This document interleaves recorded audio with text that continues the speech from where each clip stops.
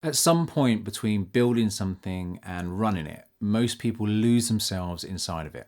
Not dramatically, not all at once, but quietly. And the terrifying part is that by the time you notice it's happened, you've been someone else for quite a while. I want to start with the best moment. Launch night at Okoroko. The room was full, and for the first time, everything we had planned and funded and staffed and built towards for 2 years was finally real and alive in front of us. My business partner, JJ, handed me a drink and said, "That's yours." I thought he meant the drink, but he clarified, "No, that's yours." And then he looked around the room slowly when he said it. That moment hit me like nothing I'd ever felt before. I'd come back from Mexico with a guitar and a comic book collection and an idea sketched on an iPad in a hostel. I'd spent 2 years in a call centre so that I wouldn't get distracted from the goal. I'd nearly quit more times than I care to remember, and here it was, real, full, and ours. I had never been prouder of anything in my life.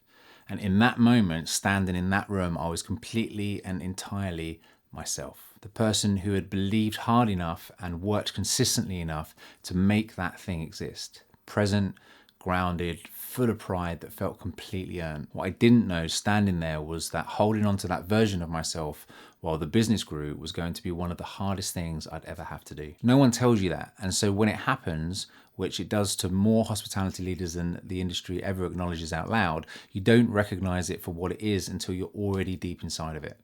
Welcome to the Lead Well channel, where we explore the inner world of leadership, well-being, and what it means to build a business and a life that doesn't break you. My name's Trevor. I run a multi-award winning restaurant and cocktail bar, but I didn't come from a hospitality background. I built the business from the ground up, learning as I went, figuring it out in real time. And today I want to talk about identity, specifically about what happens to yours when the thing that you built becomes bigger than you, and what you can actually do to make sure that you don't lose yourself inside of it. To understand what I lost, you first need to understand what was there to begin with. In my 20s, I had dreadlocks, I lived at festivals, I read voraciously about every religion, philosophy, and belief system that I could get my hands on.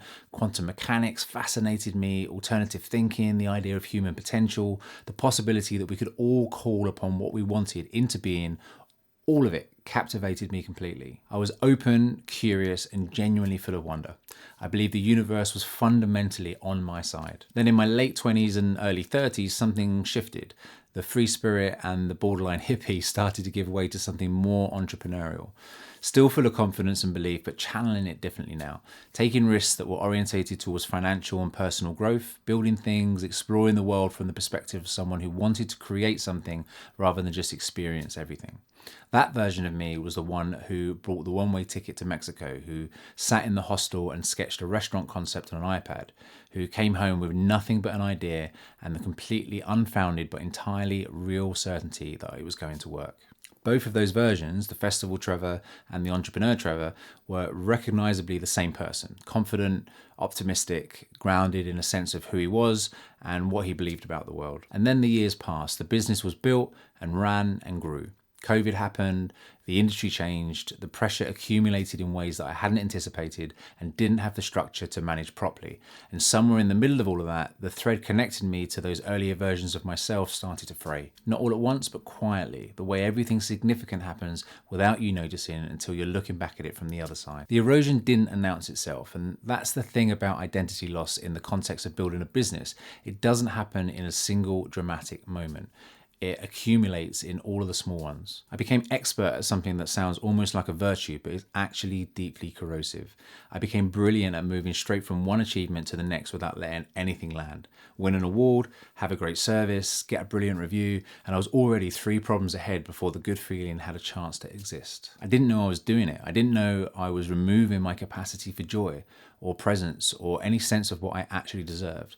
But it was. Day after day, small dismissal after small dismissal, I was training myself out of the ability to feel good about anything. And the most telling signs were in the conversations at home with my wife, Siobhan. I would be working myself up about something, usually something that in the cold light of day didn't deserve the energy I was giving it, and I'd feel the anger building. And the worst part was that I could see myself doing it.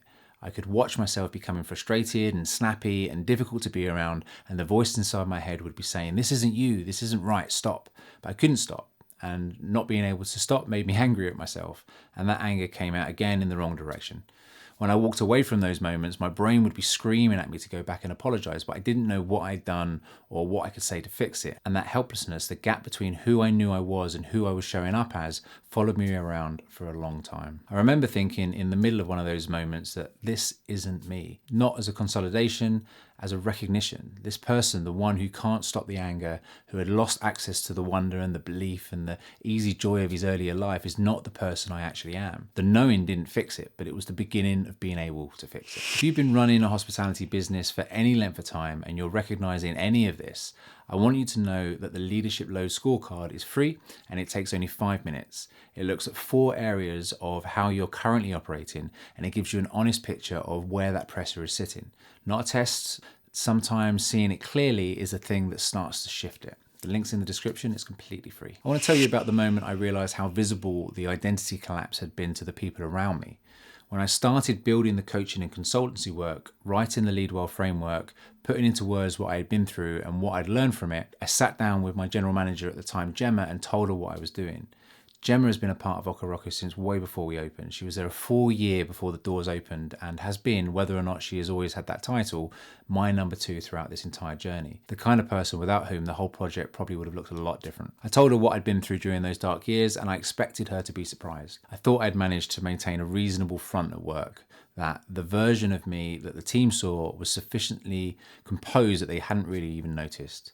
She looked at me and she had said that she'd seen every version of Trevor and that she had helped where she could. I felt 2 things simultaneously, a flash of embarrassment that I hadn't hidden it as well as I believed, and a much larger wave of relief that it was out in the open and behind me and that we could finally talk about it honestly. She had known and she had been quietly absorbing it, compensating where she could, holding things together in the ways available to her without even me having to ask or acknowledge that I needed it. This is what identity collapse does in a leadership context. It doesn't just affect you internally, it radiates outwards into your team, your relationships, your business, whether you intend it to or not. The version of you that shows up in the building every day is the only version your team has access to. And if that version is a long way from where you actually are, they feel it. They adapt to it, they quietly manage around it. Gemma was managing around it for years. That conversation, when it finally happened, was both humbling and clarifying. And another reminder that communication, the simple act of saying what's actually going on, almost always releases more than the silence that preceded it. The way back to myself didn't come from one breakthrough. It came from a series of small, deliberate, unglamorous acts of reclamation. The first and most significant was the morning routine.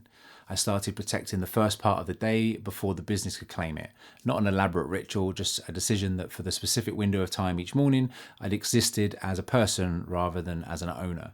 Breath work, quiet, no phone, no checking what had happened overnight, just arriving in the day as myself before anything else arrived to tell me who I needed to be. That sounds almost embarrassingly simple, but what it did was give me back something that I hadn't realized I'd lost. A moment each day that was mine, that couldn't be taken by difficult service or a bad review or a staff problem or any of the things that were waiting on the other side of that window. The second was 3D printing and painting. I started dedicating several hours a few times a week to printing and painting models.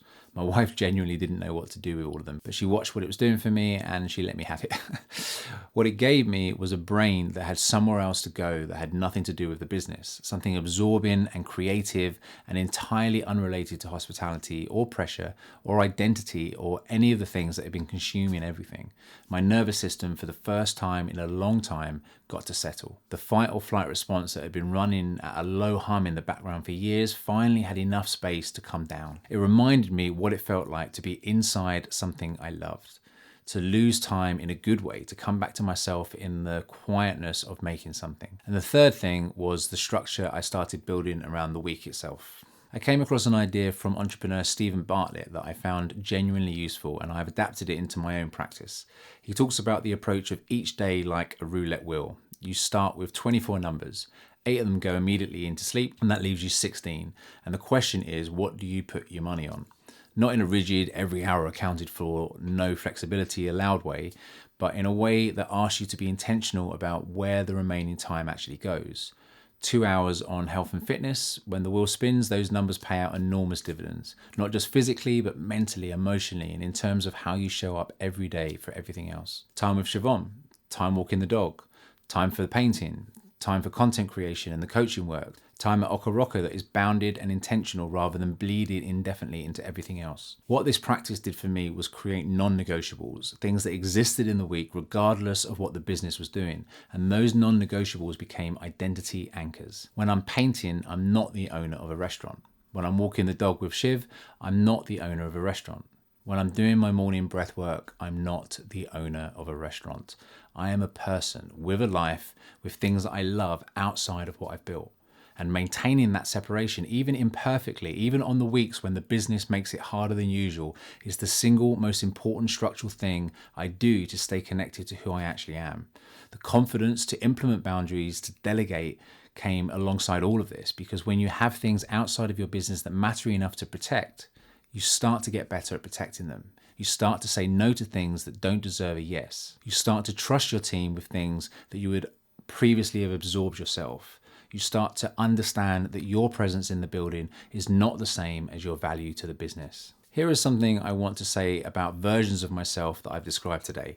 The festival Trevor, the entrepreneur Trevor, the broken Trevor, and the Trevor that is sitting here now talking to you. For a long time during the darkest period, I saw the distance between the person that I had been and the person I had become as evidence of failure, as proof that I had gone wrong somewhere, that the confident, wondering, believing person of my 20s was a version that I had irreparably damaged. I don't see it that way anymore.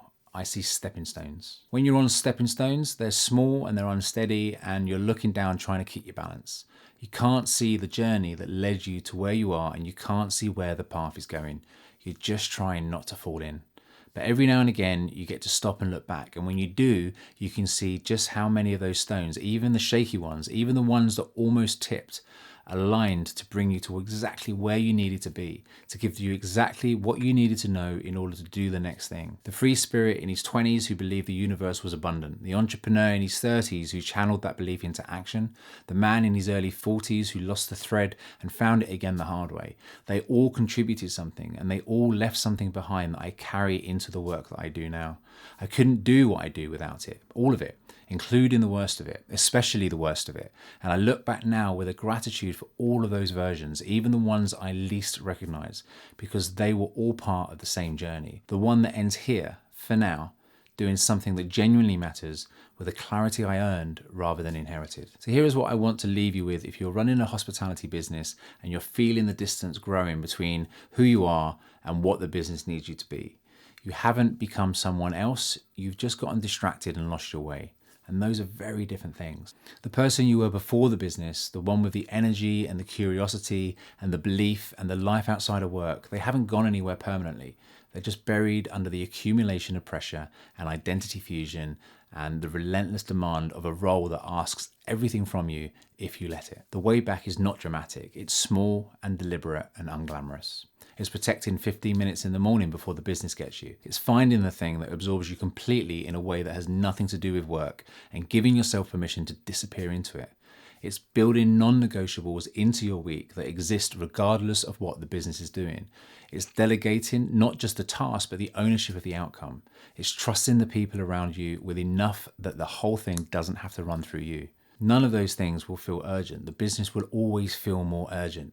That is the nature of the identity trap. But every day that you spend a little time on being a person rather than being an owner, you're making a deposit into an account that everything else draws from.